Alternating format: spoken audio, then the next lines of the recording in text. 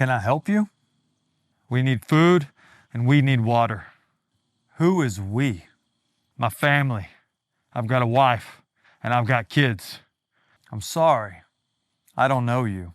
Look, I need something. My kids, they're hungry. And my wife, she said, don't come back unless I've got something. You should go to the store. The stores, they've all been looted. I hate to hear that, but I am not surprised considering the way things are going right now. You've got plenty, man. I can see it. You better give me something. I'm all out of supplies. Yeah, because we're gonna come back tonight or tomorrow and we're gonna take what we want from you. I don't like your plan. In fact, I've got one of my own. 3, 2, 1, survive. Hey, welcome back. My name is David. I'm so glad you're here. And if you don't know, I am building the Rebel Outpost, which is my take on a secure homestead deep in the mountains. I've got chickens, I've got bees, I'm learning new skills. I adopted a blue heeler dog and we are out here alone doing it. So what is today's video about? Grid down scenarios and what we can do to be prepared. Now, do I actually think this could happen? We're going to get started immediately. Yes, I think there is a great chance that Russia, China, North Korea, or one of our enemies, even Iran, somehow sabotages our electrical grid. Or perhaps the fact that it's just getting older and aging and it goes down, or possibly a weather event. Check out, Google the Carrington event in the 1800s. It was when the sun pulsed, it sent out an EMP and therefore knocking off all electronics, broke them offline. There wasn't many electronics or technology back then. Right now, we rely on it. I can't even get those lights behind me the right color and right shade without an iPhone, so we're all hooked in the matrix. But what am I gonna do when the grid goes down? Well, as you know, anybody who's had a girlfriend knows things can go really bad really quickly. Am I right? And if you know how quick things can turn sour or go south, it's important right now, while you have the ability to go to the store or buy ammo or store food or learn skills in a mostly peaceful time, do it right now. A big key is being ahead of the problem. There's a great quote, and if I can find it, I'll put the exact one up on the screen. But it basically says, a man who prepares for problems coming avoids them.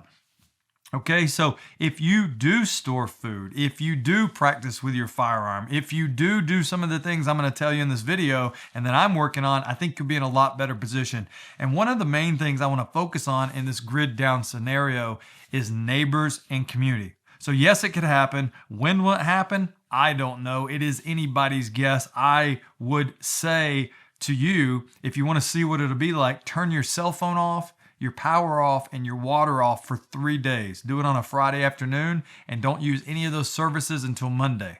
If you couldn't call your family or friends, if you couldn't call 911 and the water wouldn't work, would you know what to do and would you be fine? Here, I'm working off of solar, backup batteries, gas generator, so a hybrid system. And my main goal is to be as self-sufficient as possible because things seem to be spiraling here in America and you can see it and you can feel it. And part of preparing myself is getting prepared for others. Now, this is a big issue because how much can you do or should you do for somebody else? I think we have to take into consideration that not everybody has the same knowledge or skills or opportunity. So sure, it's easy to say everybody should prepare, but life happens, man. People have 4 or 5 kids. They're trying to keep their head above water. They don't watch the news or they don't fully realize what they should be doing. So I am planning to help my good neighbors out if things go down because I'm going to need them and they are going to need me. And in your neighborhood, even if you live in a gated community or a community with HOA or you're rural or in an apartment, if things go really sideways, you guys and girls are going to need each other.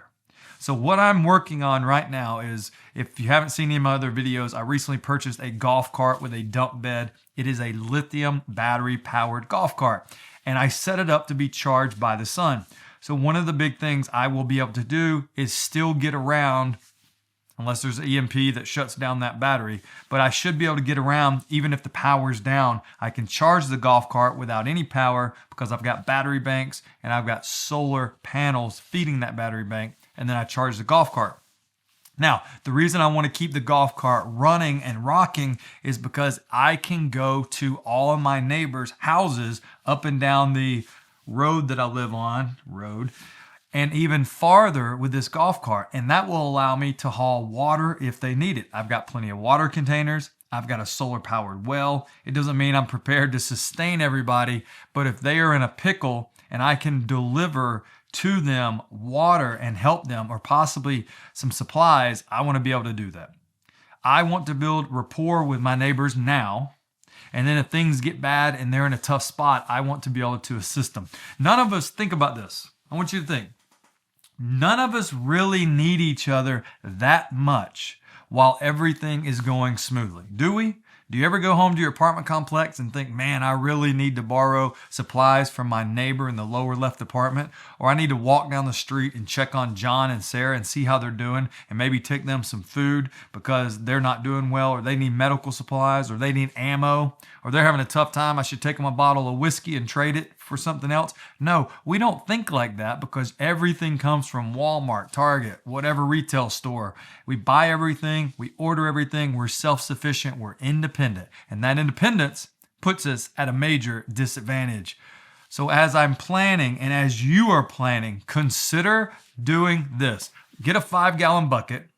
I'm doing this as we speak. Get a 5-gallon bucket, begin to put some emergency supplies in there. I've got tactical flashlights. I just bought a 3-pack at Walmart for $20. Some freeze-dried meals, hand warmers, maybe some socks, different things. Food, water, shelter. Now, most of your neighbors are going to have shelter, but they might be cold. They might need hand warmers. They might need ammo. They might need food. I don't know if you want to give your neighbors ammo. They may use it against you if they don't like you.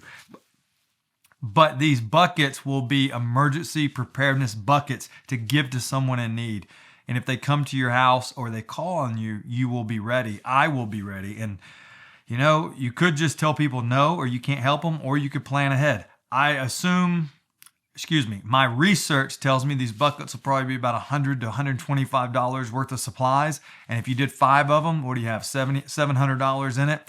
If things are really bad and you help people through just a little bit during those times, I think that karma and that goodwill will come back to benefit you. That's not why you're doing it. You're doing it because it's the right thing to do. Just like you would plan for your spouse or your boyfriend or girlfriend or kids, why not plan for those around you so you won't have to say no? You can help the people who you've built rapport with. So I'm working on that right now. As we continue forward into a grid down scenario, if the power is down, it is going to be very, very hard to charge electronics, have any electricity. So storing things like batteries, AA, AAA, C's, D's, and 9 volts would be very important. So perhaps you want to start getting those supplies together. Look into battery banks. I'm not buying anything the rest of the year. However, EcoFlow, Goal Zero, and some different companies will probably have great Black Friday sales. And to have a good size, and when I say good size, I'm going to tell you the price, $700 to $2,000 battery bank.